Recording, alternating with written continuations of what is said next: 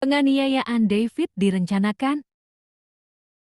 Polisi mengatakan penganiayaan terhadap Kristalino David Azora 17 dilakukan secara berencana. Kesimpulan ini didapatkan penyidik dari bukti digital yang telah diperiksa.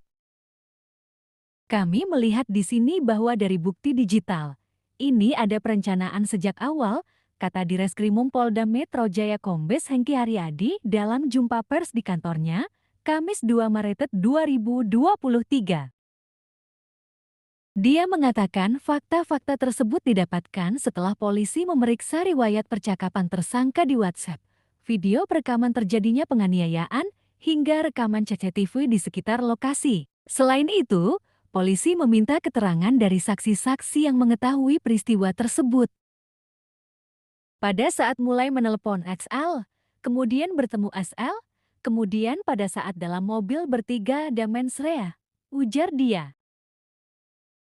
Pemeriksaan bukti-bukti tersebut juga mengungkap peran pihak-pihak yang ada di tempat kejadian perkara penganiayaan David oleh tersangka Mario Dendi Satrio, 20. Hengki mengatakan, dalam kasus ini, para tersangka tidak jujur sejak awal penanganan kasus. Ternyata, pada awalnya para tersangka atau orang yang ada di tempat kejadian perkara ini tidak memberi keterangan yang sebenarnya, ucap dia. Hasil pemeriksaan alat bukti dan saksi-saksi, polisi pun menemukan peran remaja perempuan yang juga pacar Mario Dendi, Eg 15. Satu tersangka lainnya ialah Shenlok 19. Atas temuan fakta baru tersebut, polisi pun mengkonstruksikan pasal baru untuk ketiga tersangka. Hengki mengatakan penyidikan kasus ini dilakukan secara berkesinambungan.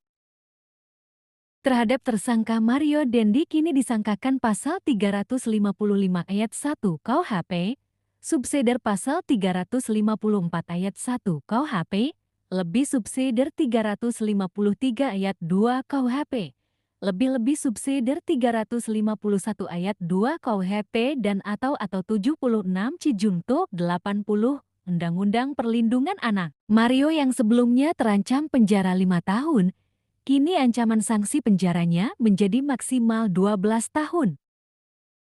Sementara tersangka Shenlok disangkakan pasal 355 ayat 1 Junto 56 KUHP, subsidiar pasal 354 ayat 1 Junto 56 KUHP, lebih subsidiar pasal 353 ayat 2 Junto 56 KUHP, lebih subsidiar pasal 351 ayat 2 Junto 56 KUHP dan atau 76 Cijunto 80 Undang-Undang Perlindungan Anak.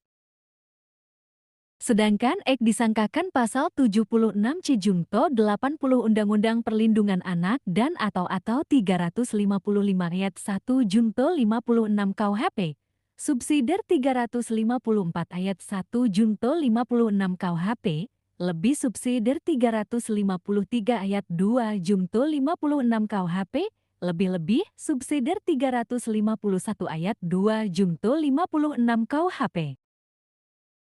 Tentu saja apabila itu anak, secara formil diatur Undang-Undang Peradilan Anak, secara material diatur Undang-Undang Perlindungan Anak.